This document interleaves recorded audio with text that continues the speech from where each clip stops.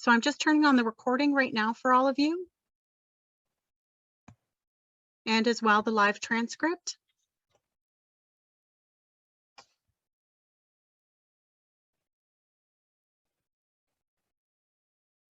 So I'd just like to thank all of you for choosing to spend your time with us today to learn about about Indigenous and cultural considerations in research. My name is Taryn Senzik, and I'm the research facilitator at Parkwood Institute Research, and I'm serving as a moderator for today's education workshop. Our goal today is that whatever your role or interest is in research, that you come away with increased knowledge, understanding, and tools that benefit and can be used in your research and practice. For those of you who are just joining us, please kindly turn off your video and place yourself on mute. Please note that this presentation is being recorded for future use. For today's workshop, we'll begin with Courtney Hillier, who will be giving us a land acknowledgement. We'll have introductions from our speakers and then proceed with the presentation workshop. And at the end, we'll have a question and answer session, which will be followed by a short wrap up. Due to the size of today's audience, please hold your questions until the end, at which time you may type your questions into the chat box on your screen. During that time, please identify who the question is for or who you would like to answer, and one of our facilitators, either Annie or Courtney, will read your question to the speaker. And then we'll give our panelists a chance to answer. So with the formalities out of the way, I'd like to turn the floor over to Courtney Hillier, please.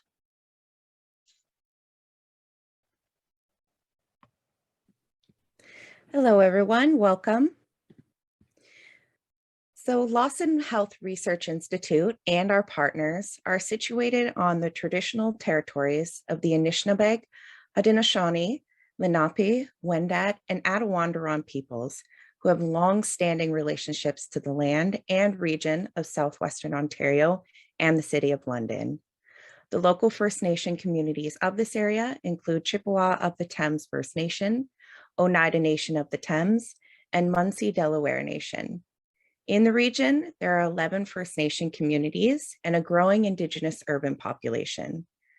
We acknowledge both the historical and ongoing injustices faced by Indigenous peoples in Canada and commit to actively listening to, learning from, and building relationships with our Indigenous allies. We value the significant historical and contemporary contributions of local and regional First Nations and all of the original peoples of Turtle Island, North America. Thank you. Thank you very much, Courtney. With our land acknowledgement complete, I'd like to turn the floor over to Bill Hill, who's graciously offered to introduce our other speakers, and they've offered to introduce Bill to you. Please take it away, Bill.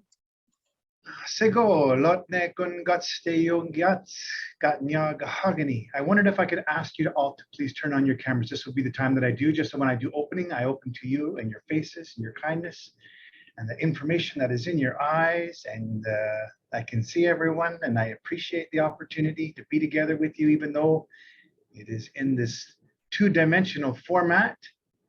I am literally going to the second page just to look into your eyes and your gentle, kind energy. I just wanted to make certain that, and if you can't, you can't. I totally understand it. Thank you, Aaron. If you can't, I totally understand. But I wanted to make sure that when I lit this medicine, I lit it for you, not your name or your namesake. I was lighting it for the people that I'm literally clicking the screen to be able to look at you, because I am lighting this in honor of you, your family, what you're going through, and how you perceive yourself. The smudge is for that. What do you need? All these caregivers I'm sitting with, you know, these are you. This you. Who takes care of you? Who loves you? Are you your friend? All this energy that I'm curious about when I light this medicine. It's not just medicine and smoke and I'm pushing it at you with a feather. This feather was gifted to me by Dorothy French some 8-10 years ago now. I can't even remember, it's been that long, but I've carried it into a space here that through the kindness of the people that work here at this hospital, to create space like we have here now, all of this energy means something when we get together and work our kind energy with one another, no matter where you're from, No matter what your mom sounds like or your grandma sounds like when she speaks. No matter what your story is, how people perceive it. I'm lighting it for you, the one that I'm sitting with. That's why I asked to put the cameras on for right now. I want to make sure that I say thank you to Vicky, Smye, and Lillian. I'm going to try this, Lillian, and it's at Woroniuk. Okay, and I want to thank both of you for being able to step in when Raymond had to step back. So I thank you for that. It's the kind of energy that's around when you're doing good work like this. People can help you still. They're always there for each other, all of us. And I've always felt that about the both of you. So I'm very grateful. And when I light this medicine, I'm lighting it for the people that are here today and the ones that you care for. But I hope you care for yourself first for this next few seconds, that you'll take the time to actually be honest with yourself and allow yourself this medicine that I will push forward to you here in these two dimensions, but I'm on the planet that you're on. I'm with you as you're with your mother, the earth. I'm still here with you. We've been kept apart for so long now, all of us, not able to do our best work, even though we're trying our best. We have been able to do our best work. I light it for how that makes you feel when you're trying to do that care work, when you're trying to do that understanding work that you do as researchers, if you are, as caregivers, if you are, as a mom, a dad, or maybe even an uncle or an auntie, or a son or a daughter. The work that you have to do. I light it for what that makes you feel like. I know that this whole idea of research is some kind of a systemic way of collecting information, critical information, analyzing, interpreting it. And when I do this smudge, I want to make sure that we are always talking to the voices that we research, and that their voice is incorporated in what we say, and that we are evaluating fish by how they swim, not how fast or high they fly, by different methods of evaluation, if you will, that don't necessarily suit us as Indigenous people. I light it for the energy that's out there raining, as we were talking about earlier, Taryn, that it's raining out there, that's life-giving water that's coming from our skies. But that wind that blows and gives us that oxygen that we breathe in. And I light it for the people that are suffering overseas, everywhere, where there's mayhem everywhere. I light it for that. I light it for that kind energy that we all need when we are feeling those feelings, when those things are going on, when our difficulties are striking us. I light it for that. And I'll conclude here for this opening. But if there's something you need, as I hold this medicine here for you, ask inside for it. Ask for what you need. Work hard for what you want, but don't be afraid to ask for what you need. It's you being honest with you. So Nyawagoa, and thank you for putting your cameras on for that. I truly appreciate it, and I'll turn it over to Vicky and Lillian. Nyawagoa, thank you.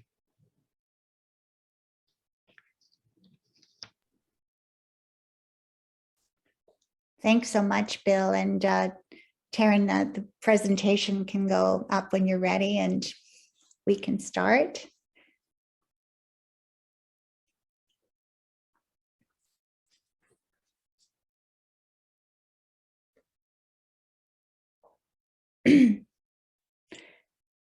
Thank you so much. It's there. Yeah, so can you hear me all right, Taryn? I can see your face. So yeah, that's great. Thank you so much. Thank you, Bill, for the introduction and for the very warm welcome. So appreciated, and you're appreciated. And thank you for inviting me to be here today. So I have spent about 25 years in this work with relationships in communities spanning 4 to now, I guess, 25 years or so. And I would like to acknowledge the partnerships in this work and the many people, including the research participants who made it possible. I'm here, feel very humble today, I must say, and a little nervous. As a settler person who does this work always in partnership with my Indigenous colleagues, And I also want to underline, particularly given our acknowledgement today, that our land acknowledgement, that we are treaty people. So I'm a treaty person and work as an accomplice, or sometimes referred to as an ally in this work. Next slide. So first of all, I just want to underline the things that kind of are determining, including the determinants of Indigenous people's health. So that's always in our minds as we conduct research in this context. And for this work, if you haven't read it, I would highly recommend Greenwood, Liu, and Lindsay, 2018, on the determinants of Indigenous people's health. And so in that work, they really underline to consider the colonial and neo-colonial relations, including research that's been done on Indigenous people instead of research done with or importantly led by Indigenous people. Thinking about land, geography, and space is important. Determinants, culture, racism, poverty, education, employment opportunities, housing, and violence, including gender-based, and importantly, interpersonal or structural violence. And that would be policies and practices that actually are determining or influencing health and well-being.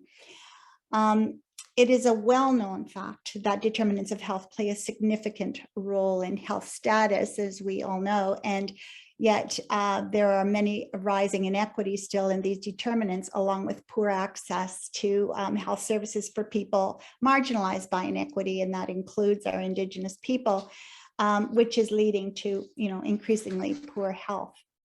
Next slide. Another concept that's really important to be thinking about is equity versus equality.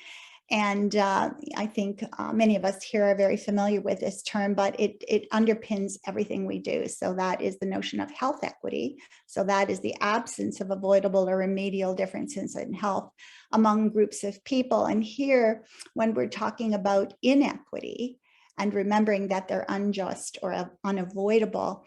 I really like the work of Bernice Downey, and again, I would recommend another paper, and Bernice Downey 2020, it's in my references, and it points to the notion of inequity.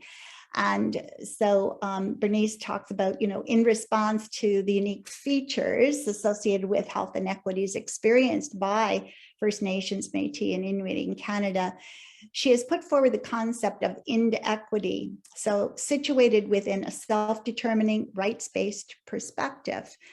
This model draws attention to the impact of colonialism, neocolonialism, and racism on the health and well-being of the First Nations, Métis, and Inuit, and the need to address the social, political, and historical determinants of Indigenous health. And she would say that in a very culturally safe way, as well as a trauma and violence informed way. So next slide, please. Thanks. And so if we're thinking about social and structural inequity, just to define them from our perspective, is they are the personal, interpersonal, institutional, and systemic drivers, such as racism, sexism, classism, ableism, xenophobia, homophobia, etc., that make these identities salient to the fair distribution of health opportunities and outcomes. So these are the things that create more or less disadvantage depending on how a person is situated or a community is situated.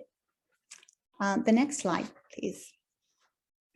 Fundamental to research in Indigenous communities, with Indigenous communities, it doesn't matter who's leading them, are the principles of OCAP. So these are a driving force in all of the research we do, and they underpin everything we do, right from the beginning, the inception of our thinking about the research. So First Nations principles are of ownership, control, access, and possession. So when we think about ownership, we're thinking about the relationship of First Nations community to its cultural knowledge, data, and information. And in this principle, it's very clear that we're talking about community or group owns the information collectively in the same way that an individual owns their personal information. So this ownership is distinct from, say, stewardship or something like that. You might ask some questions when you're thinking about this concept. You might be thinking about, how are the First Nations identified in the data? Who owns the data? Is there any licensing of the data? How is the ownership established? And how is the consent managed? Are First Nations attributed as authors or contributors? So those are important things as you're thinking through your, for example, your agreements with Indigenous communities. So control affirms, again, that the First Nations and their communities and representative bodies are within their rights in seeking control over all aspects of the research and information management process that are going to impact them. So I think that's fairly clear. And some of the questions you might consider in this one is, how will First Nations exercise control? Are there agreements proposed in place? What are the decision-making points? What is the data flow, and what happens to the data and results upon completion? And importantly, this principle does extend to the resources and review processes, planning processes, and managing of the information, etc. So all things that you're going to be thinking of prior to the beginning of the research, and I would say at the very beginning of research processes, including germination of the ideas for the research. And then access refers to the fact that First Nations need to have access to the information and data about themselves and their communities, regardless of where it is held. So whatever is decided. So for example, in our case, often the data was held in the university, but the communities would have access in some way or other to that data. So, and that was decided in advance, again, around where the data would sit. In some cases, of course, data sits in community. It depends on what has been agreed upon between the partners in the research.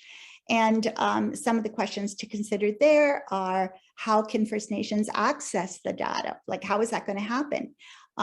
If personal information is being collected and held, how can the First Nation individuals actually access their data? Who will be accessing? Will everyone that have access to the data receive training and education, and what security or privacy policies and procedures are in place?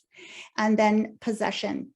So while ownership identifies the relationship that you have between the people and their information in principle, possession or stewardship is more concrete because it refers to the physical control of the data.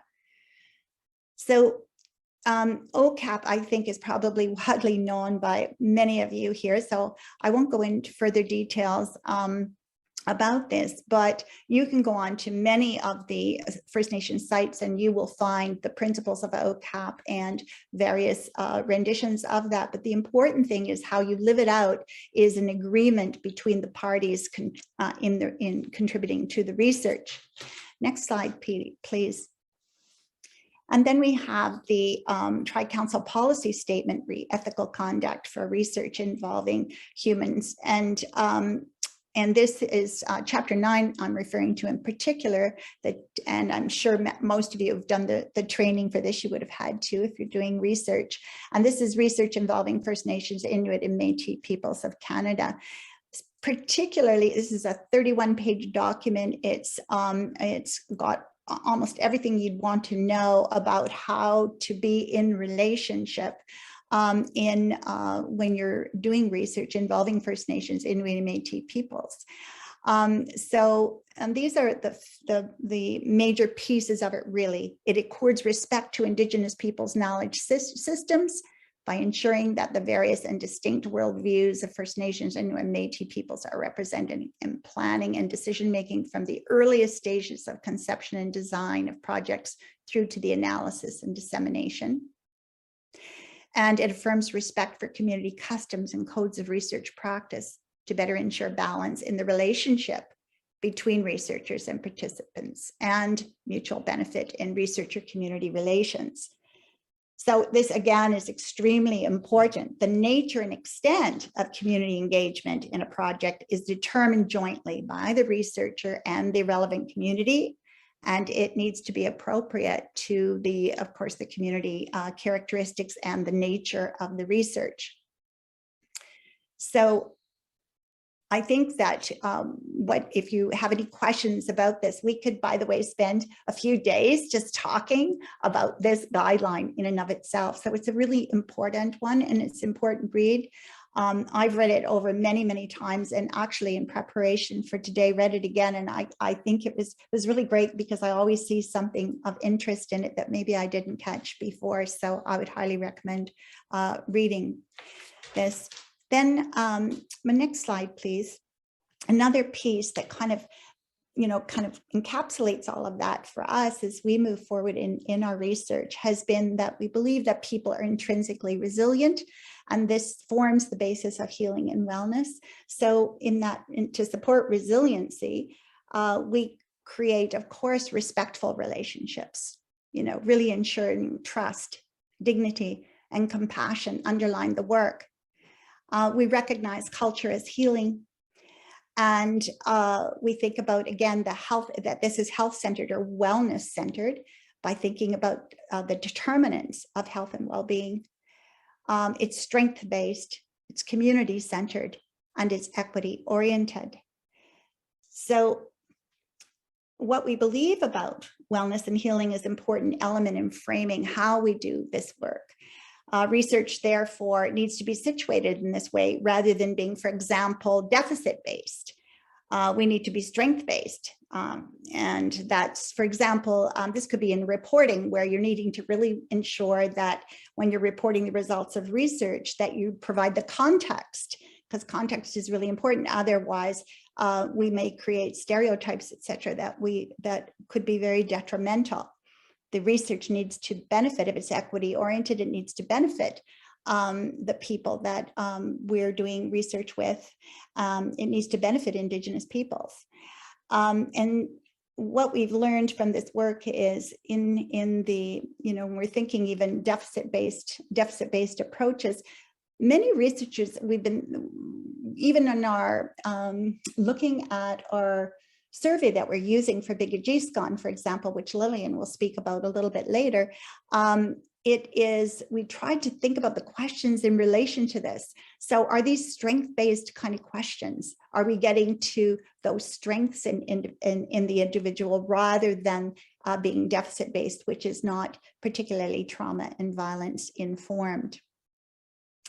The next slide, please. So the equity-oriented approaches. So we engaged in work across Canada more recently to look at intervention work related to what we call EQIP healthcare. And that came out of equity-oriented research in 2 Indigenous focused primary healthcare environments, where we identified the key dimensions of equity-oriented primary healthcare services and 10 interrelated strategies to enhance equity. And working from this framework, we designed, implemented, and measured the effects of a complex intervention that could be both standardized and tailored to fit diverse organizational contexts. And again, this research was done in collaboration, Indigenous and non-Indigenous researchers, agencies, communities, et cetera, but in particular, agencies that were serving a large number of Indigenous folks. So equity healthcare, EQIP itself, has shown that equity-oriented healthcare conceptualized across these 3 intersecting dimensions, cultural safety, trauma and violence informed, and harm reduction, was associated with better health outcomes, including better quality of life, less chronic pain, fewer depressive and post-traumatic stress symptoms over time. And we assert that equity also needs to be sitting centrally in our minds when we're thinking about our research. So next slide, please. So these are just some of the studies that we engaged with early on. And so looking at Indigenous people's experience of mental health and addictions care, all of these were CIHR funded. Primary health care, and this was the lessons learned through the primary health care clinics, women in violence, and Indigenous men's health studies. In all of these cases, an anti-Indigenous racism, stigma, and discrimination approach was taken to the research.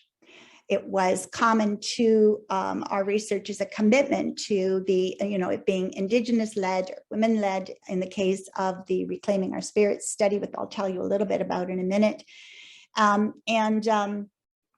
And supports relational engagement underpinned by mutual respect, trust, and reciprocity. And this includes joint accountabilities, priority planning that are reflected in policies and the protocols, the study protocols that can, to support a sustainable change within healthcare.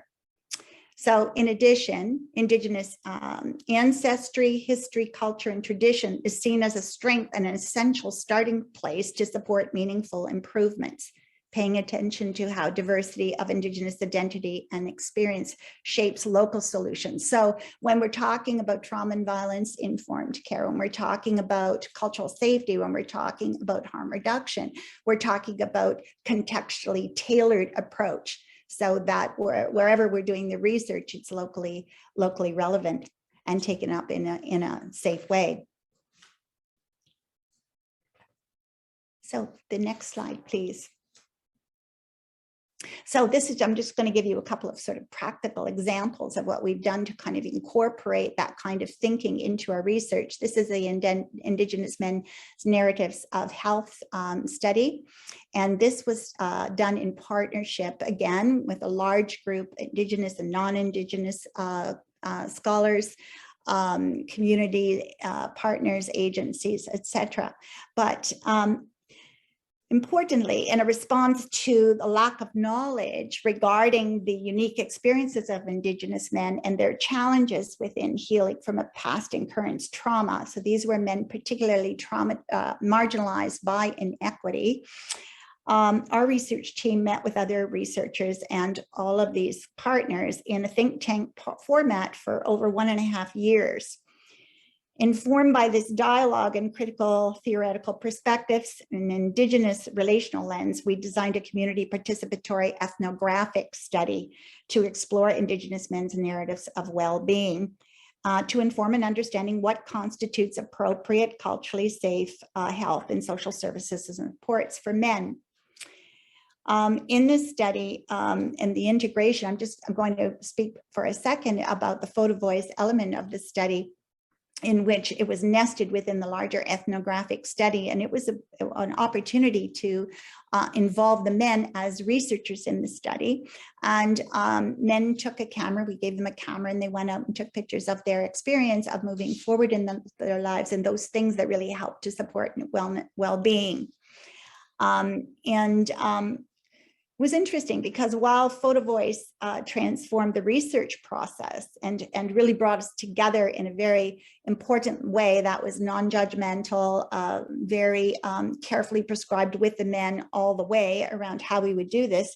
And the participating men morphed into researchers of their own experience, and they began to make really powerful connections with each other and to aspects of themselves that they wanted to explore in an ongoing way. And the members of the men who participated in the studies also became members of the Dudes Club. And the Dudes Club started in 2010 in response to research and the issues that men were experiencing in the downtown East Side, led by men, etc., with supports embedded in the Dudes Club for men. This has now morphed into 40 Dudes Clubs across British Columbia and 2 across Canada to date. And I would love to see one in London, Ontario. It is a fantastic, it is really a fantastic enterprise. And like I say, completely taken up by the men themselves. And it's had a terrific uptake. So you can see some of the pictures here that men took. I could spend hours talking about this project again. It was just a wonderful experience to see what happened to the men, many of whom moved on in their lives in very interesting ways as a response to the work they did together in the Dudes Club. So the next slide, please. So Reclaiming Our Spirits is another example where it is a health promotion intervention, a mixed methods design for Indigenous women who'd experienced intimate partner violence, and building on, health promotion theory, etc. And another project defined as I Heal. There was an intervention done with nurses to help women move on in their lives in important ways. And in this intervention, the integration of trauma and violence informed approaches and cultural safety were enacted in particular ways. So taking guidance from elders and knowledge keepers, which is a hugely important part of conducting work with Indigenous people and Indigenous research. And it was begun at the design stage, actually, of the study, and it went all the way through. We took guidance from the women, not only in terms of their work with nurses and elders, but also in design and modification of the intervention itself, and in the tools, the measurement tools. And we combined the trauma and violence informed principle of fostering collaboration, choice, and control. And this meant that everything was optional for the women. So you can imagine when you're doing an intervention, the kinds of challenges that you're faced with when you're moving in this way, but it worked in extremely, extremely well. So women chose, for example, whether and how to work with their assigned nurse or elder, and change nurses and the circles that were needed to accommodate the working with the nurses, and the circles that they wanted to have to accommodate their need. They changed the spaces where they met, etc., based on their need. So those are just a few examples. And again, it's a study that I could go on about and talk about forever, because it was really wonderful. I didn't lead this study. I was a co-investigator on this study. The lead is Colleen Varco and Annette Brown in British Columbia, and Nadine Wathen and Marilyn Ford Gilbo. Anyway, just fabulous work that has now, there's lots of papers that have come out of this, and I again provide some of those in the references. So then, just the last slide here, please, of my slides, just the next slide. So Bill is going to tell you about the Bigajeeskan and its work in a moment, but the development of the Bigajeeskan program is absolutely underpinned by all of the values and principles that I have described, including an integration of values and principles into the ongoing evaluation of that program, which I have the privilege of assisting with. And so I'm just going to ask for a moment before we close this part of the session and have Bill talk a little bit more about Bigajeeskan. So, for example, in the Bigajeeskan program, the principles are reflected in the use of the findings of the ongoing formative program evaluation, which has 3 phases. We're in phase 2 at this time. And this is to inform the development and shaping of the program, the narratives and survey information from elders, thought leaders, knowledge keepers, providers, and persons who actually access the services. And that continues on. That's an ongoing both formative and summative evaluation. And all of the services, et cetera, have been morphing as we've been gathering data to support how we do move forward in the Bigajeeskan project. And so Lillian's just going to talk for a minute about what she did with the survey around this, the survey that's being given to patients or people who access services. Go ahead, Lil. Great, thanks, Becky. Yes, I just wanted to share a bit about our experiences, or my experiences, and the collaboration that we had with designing and the evaluation survey that we're going to be using within the patients. I guess before I start is that it was already kind of before I joined the program, there was already a survey, ongoing survey in the process of making, and so yeah, so it was wonderful to take a look at that. And one of the important things that while we were carrying on from that design was the importance of indigenizing the survey. By that I mean that it's important to understand what kind of questions that you're asking in the survey. And,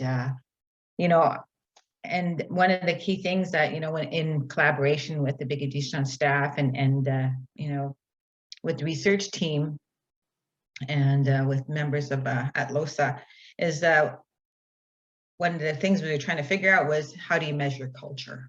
But really it wasn't the measuring of culture that we were thinking about.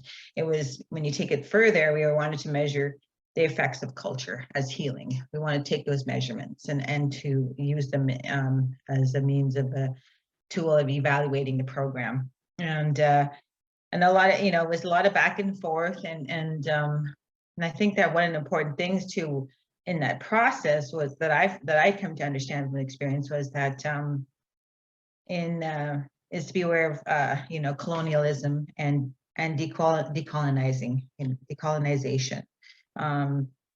In reflecting on that back, I'm realizing that and many Indigenous peoples are at different places within their decolonization, and the effects of decolonization and colonization, and and being aware of the historical injustices that research has done with Indigenous peoples.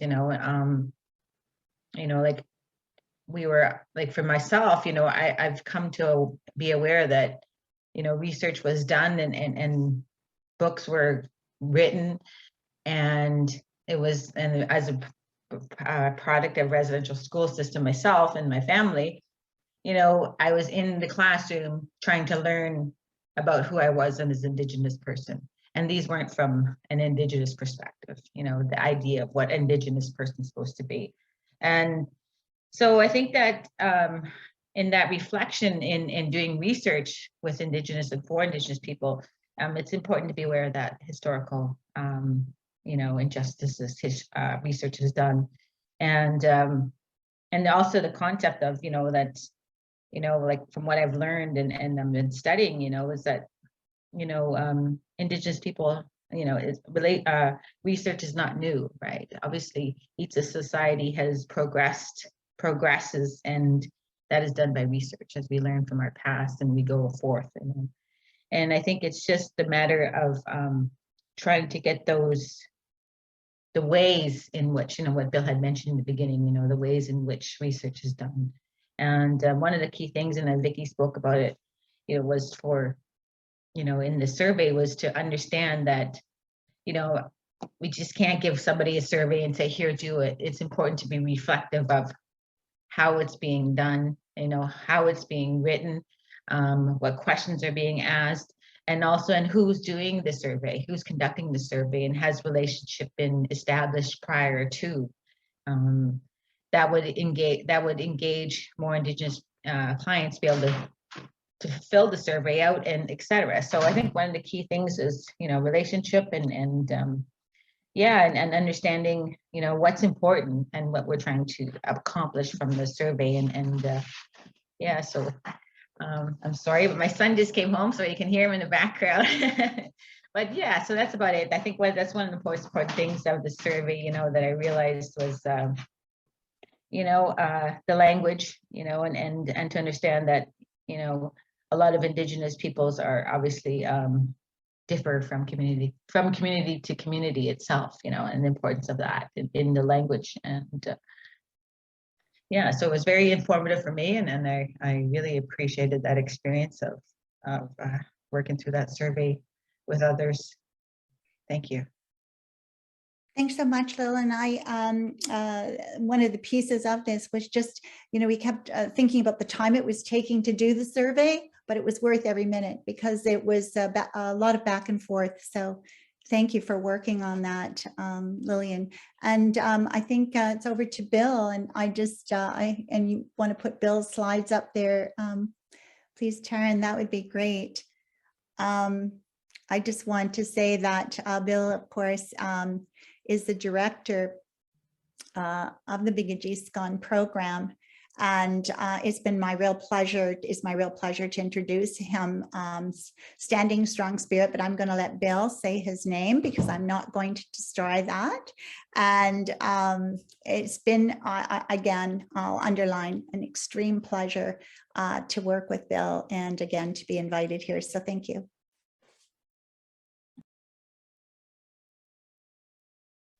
I was on mute, the old mute. It's been an honor to be asked to do this presentation here. There were times when none of this, what you see on the screen, ever existed in this hospital. I've been here 40 years coming up in April here. And I can't believe that much time went by. My father worked here for 30 and my brother 33. They both crossed now. And if you look at the top right corner of that particular slide, that's my father's spirit name, Okwaligoa. And he is the great bear, the red bear that's there. And those three sons are chasing, or brothers are chasing that bear into the universe, trying to catch it and feed it to their families. But they just couldn't seem to take that bear, and they chased it all the way into the universe. I named this space after my father so that I could love this hospital, because I worked at LPH with them for 30 years. So I had a hard time when they closed it. So this space here, it's not just because of the tenacity of the Indigenous people or myself or what have you. It's because of people like you. People like you that aren't letting it just be quiet anymore. People like you that are changing things around you because you're kind and now you have a way of doing it. I sat with an elder that I've been mentored by for at least 30 years now.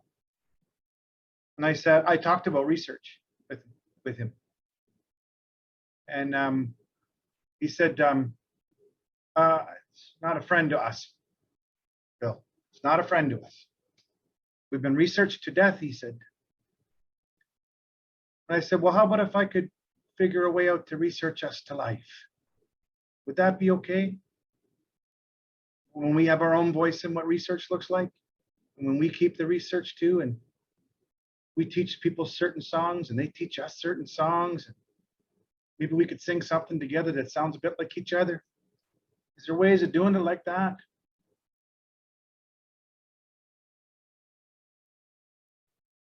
And he said, I suppose so. Well, little did I know that I was taking on the task of trying to create stuff like that to happen here within the walls of the hospital that I grew up in. I started out in nursing in '82, and then I went into social work in 2006. I'm a public school and high school teacher, and I did all that so I could match that wheel that's there in front of you, red, yellow, black, and white. There's different doorways for the east and the south, and the west and the north.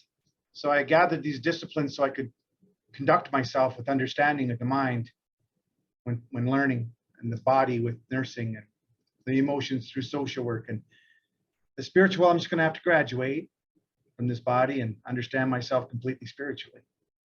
So I walk in both worlds that way. My mom's an Anglican and I'm her boy. My father is a Haudenosaunee and I'm his son. And the reason I said it that way is because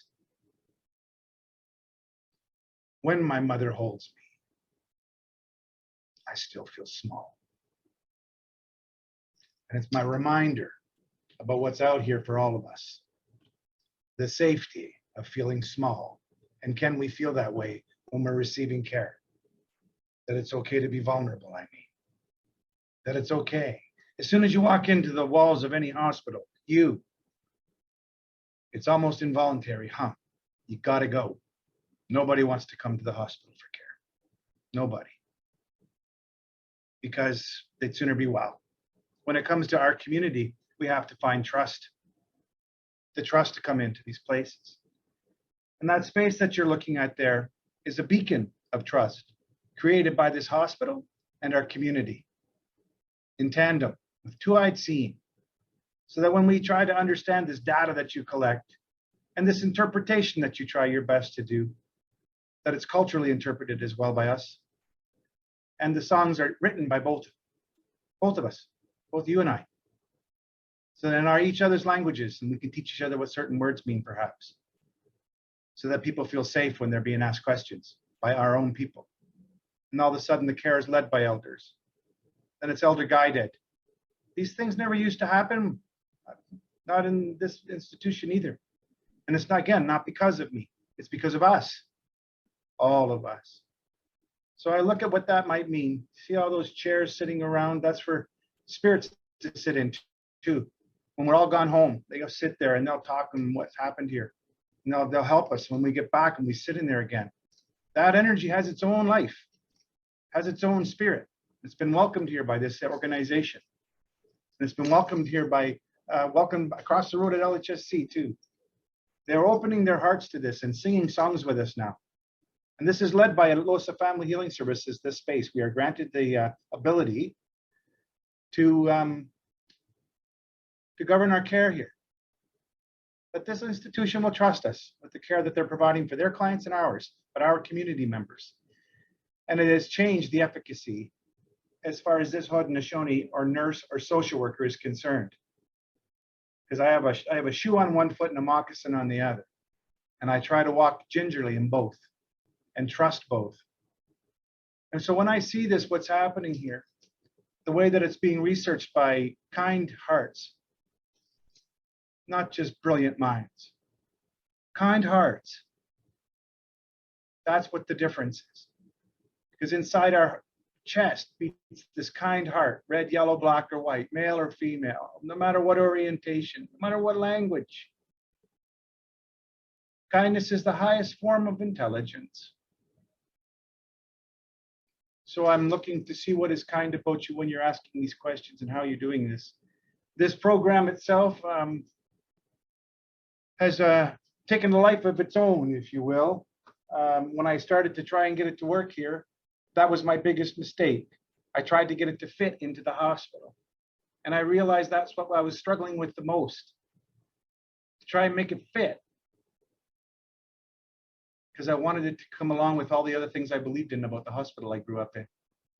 What I realized was, if it fits, I'm doing it wrong.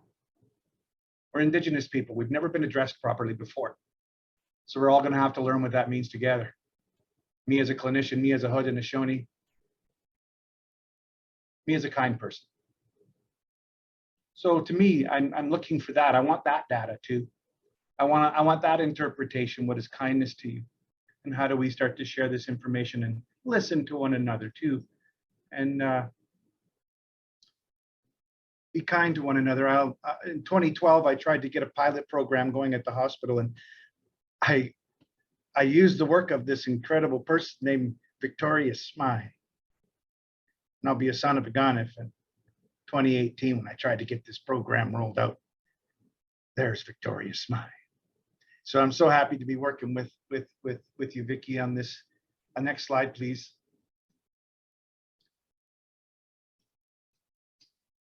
So this is our story here. This Bigajiskan, I don't know how much time I got, I'm sorry.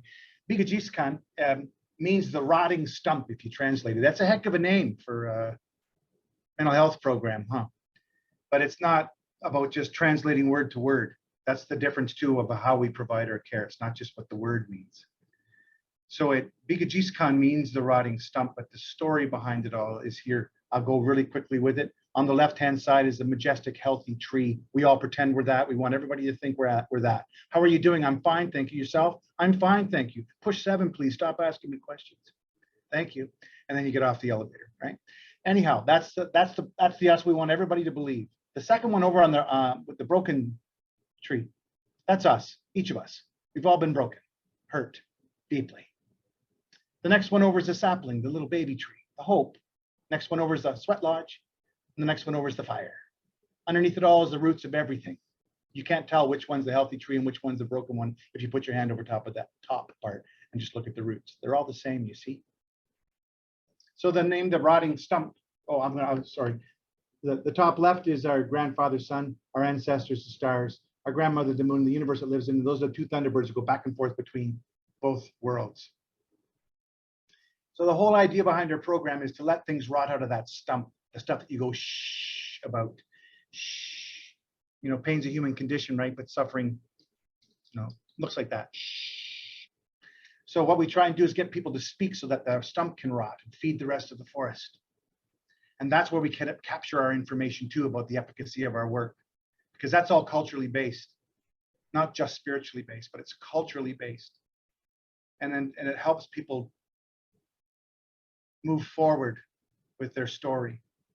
Everything that you saw in that last slide, that room, that space, is all from my my anger. I've just learned to harness it, do kind work with it, create sacred, safe spaces. So that's what I've done with that kind of work. Next slide, please. And this is the last one I'll do. This is the two-row wampum belt. This two-row wampum belt says that this was the original treaty. You can read this, the scripture underneath it, but the two-row wampum is the white is the river. The two purple ones is the ship that arrived here and our canoe. That's the paths of each.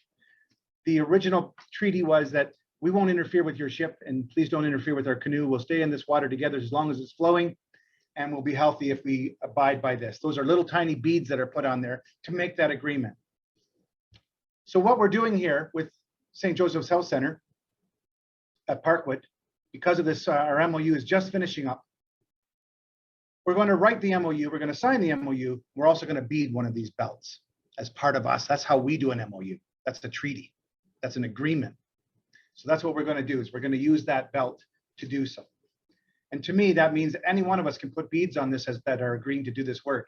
And after we're all done and we leave the planet, I mean, that beaded belt will still live somewhere. So with that, I just want to say thank you. There's lots of stuff I could have shared about the actual program and stuff like that, but it's been shared already in this previous parts of this presentation. We are elder guided. We have visiting elders coming in.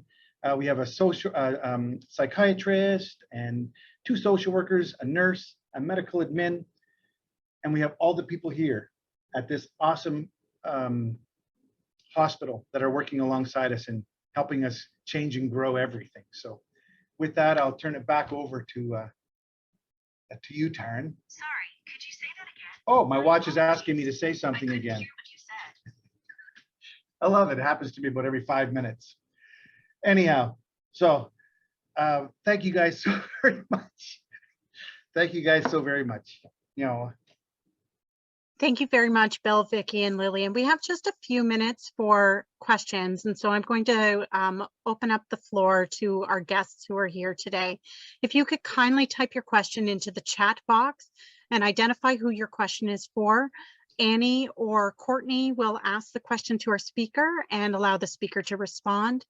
If you're unable to stay beyond 3 o'clock today, please know that you can email me your questions and I will make sure to forward them to our speakers.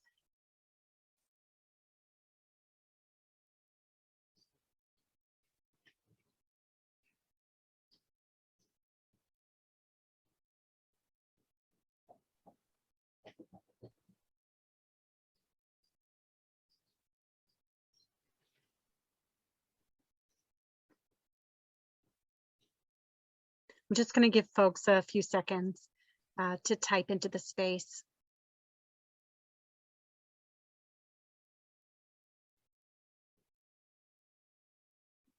Annie or Courtney, would you like to ask the first question that's come in from Farnaz? Sure. Yeah. Courtney, do you want to go ahead? Sure thing. Okay.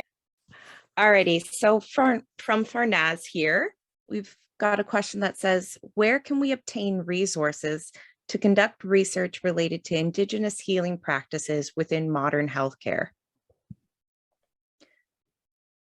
And I'm not sure who wants to take this one.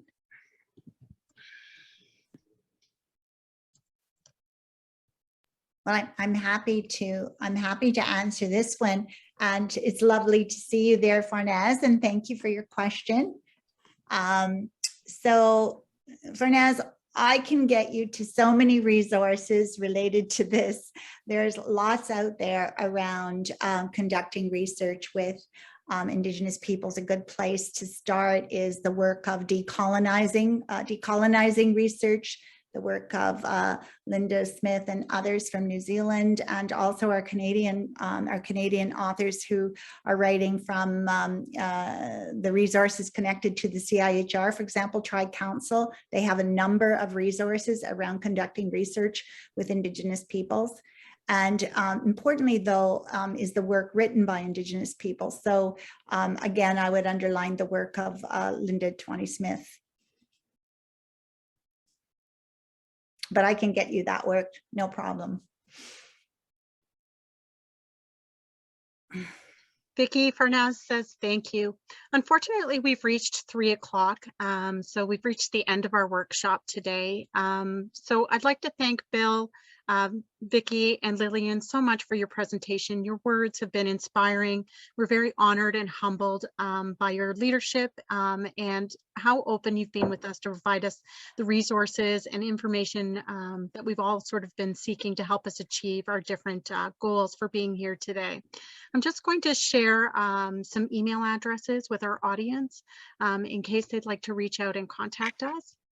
I'd also like to give thanks to Cheryl Ruth, who's helped coordinate the registration as well promotion of this event, and Courtney Hillier and Annie Yang for helping to facilitate.